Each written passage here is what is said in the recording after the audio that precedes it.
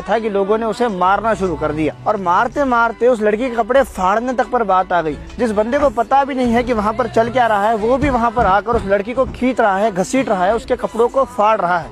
Dear girls, कहानी सुनोगी? आज से 1600 साल पहले की बात है। एक लड़की थी, उसका नाम था हिपाशिया। हिपाशिया इजिप्ट के अलेक्जेंड्रिया नाम के शहर में रहती थी। वो एक बहुत रिनाउंड मैथमेटिशियन, एस्ट्रोनॉमर और फिलोसोफर थी उस जमाने में। धीरे धीरे वो इतनी पॉपुलर हो गई कि उनके पॉलिटिकल पावर्स, उनके पॉलिटिकल कनेक्शंस और स्ट्रांग होते गए, वो और इन्फ्लुएंशियल होती गई। आदमियों को उनसे डर लगने लगा, चर्च को उनसे डर लगने लगा, बड़े बड़े पॉलिटिकल लीडर्स को उनसे डर लगने लगा। फिर पता है उन्होंने क्या किया? एक दिन सुबह हिपाशिया अपने चैरियट पर कहीं जा रही थी। आदमियों के एक बहुत बड़े झुंड ने उन्हें अपने चैरियट से खींचकर जमीन पर रास्ते पर नीचे उतारा, उनके साथ भयंकर मारपीट की, उनके कपड़े फाड़ दिए। सड़क पर ही कई आदमियों ने उनके साथ बलात्कार किया और फिर उन्हें खींचते हुए राजमहल में ले गए। और राजमहल में ले जाकर उनके साथ हजारों आदमियों ने इतनी बर्बरता की, उनका इतना बलात्कार किया, उनका शरीर फाड़ दिया, उनके हाथ पैर उनके शरीर से फाड़ कर अलग कर दिए और फिर उनके बचे हुए शरीर को आग लगा दी, उन्हें जिंदा जला दिया। ये सन 415 सीई की बात है, आज से लगभग 1600 साल पहले।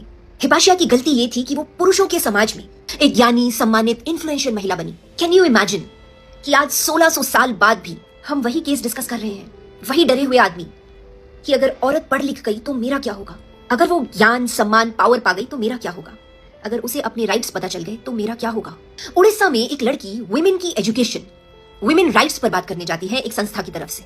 ये लड़की वहां की महिलाओं से बात कर रही थी और एक जगह का पता पूछ रही थी। वहां के गोबर बुद्धि आदमियों को लगा कि ये लड़की बच्चा चुराने आई है। ये उन्होंने पुलिस से कहा। इसके बाद उस लड़की ने एक्सप्लेन किया, उसने कहा कि आप लोग मुझे गलत समझ रहे हैं, और वो अपना आईडी कार्ड निकालकर दिखाने ही वाली थी कि भीड़ उस पर टूट पड़ी। इन आदमियों ने उसके साथ मारपीट करना शुरू किया, उसके बाल खींचने शुरू करे, उसकी बॉडी को टच करना शुरू किया, यहाँ तक कि उसके कपड़े तक फाड़ दिए। और फिर बाद में पुलिस से कहते हैं कि हमें लगा कि ये बच्चा चुराने आई थी। उस लड़की की गलती? पुरुषों के समाज में वो औरत के उत्थान की बात करने आई थी।